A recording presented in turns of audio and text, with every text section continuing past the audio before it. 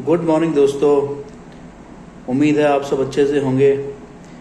तो फ्रेंड्स, आज हम अपनी अकाउंटिंग, फाइनेंस और टैक्सेशन की सीरीज़ में एक नए कॉन्सेप्ट को लेके आपके सामने प्रस्तुत हुए हैं।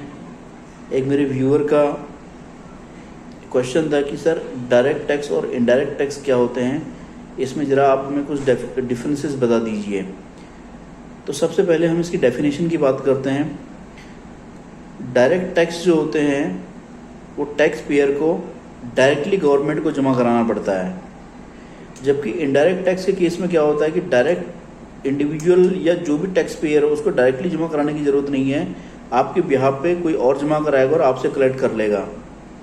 डायरेक्ट टैक्स के एग्जांपल हम जैसे इनकम टैक्स होता है, कॉर्पोरेट टैक्स जो कि कंपनीज अपना टैक्स खुद पे करती हैं, कैपिटल गेन टैक्स जो कि खुद ही टैक्स पेयर पे करना पड़ता है, यानी कि खुद टैक्स पेयर को अपनी जेब से ये टैक्स गवर्नमेंट को जमा कराना है। तो ये तो हमारा डायरेक्ट टैक्स के एग्जांपल और डायरेक्ट टैक्स कहलाता है। लेकिन जो इनडायरेक्ट टैक्स में क्या होता है कि आप जमा नहीं कराते हैं, बल्कि आपके बिहाफ पे कोई और जमा कराता है और आपसे टैक्स कलेक्ट कर लेता है। जैसे जीएसटी है, कस्टम ड्यूटी है और एक्साइज ड्यूटी है। तो इसमें क्या होता है, आप कोई सामान खरीदते हो तो उसके ऊपर जो भी टैक्स लगना होता है, जैसे जीएसटी है, तो आप क्या करते हो, सेलर को पे करते हो, फिर सेलर आपके बिहाफ पे आगे पे करता है।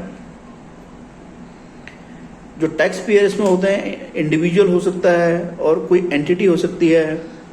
इनडायरेक्ट टैक्स के केस में consumer basically goods and services के अपना ये टैक्स पे करते हैं through seller.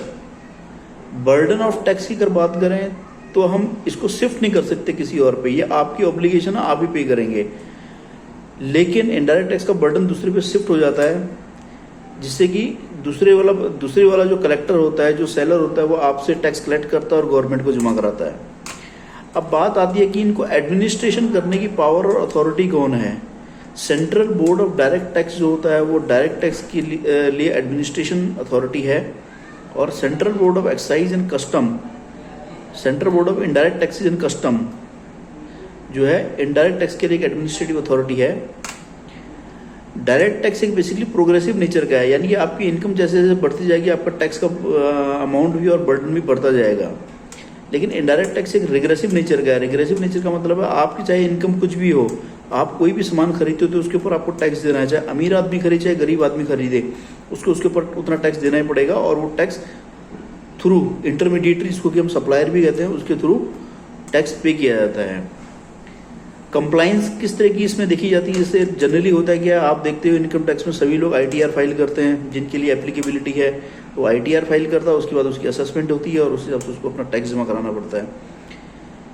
Generally indirect tax के अंदर आपको एज ए कंज्यूमर आपको आईटीआर फाइल नहीं करनी है। आपके बिहाफ पे अगर आप बिजनेस टू बिजनेस ट्रांजेक्शन नहीं कर रहे हो तो जो आपसे कलेक्ट कर रहा है वही अपनी जीएसटी की रिटर्न फाइल करता है और आपका टैक्स पे करता है।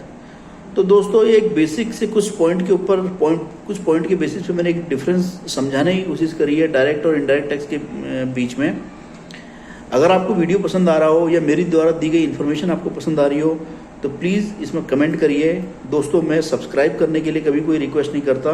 जेन्युइनली अगर आपकी मेरी वीडियो आपको पसंद आती है तभी आप इसको सब्सक्राइब करिए, वरना मुझे सजेशन आप दे सकते हैं कि मैं और बेहतर वीडियोस और किसी नए कॉन्सेप्ट के साथ में कैसे आपके साथ आ सकूं, या मुझे कोई अपनी वीडियो में कोई इम्प्रूवमेंट की ज़रूरत है तो प्लीज़ आप मुझे इसमें कमेंट करिए, ताकि मैं आगे के लिए अच्छे वीडियोज़ और अच्छे कॉन्सेप्ट और अच्छे कंटेंट के साथ में आपके सामने आ सकूँ।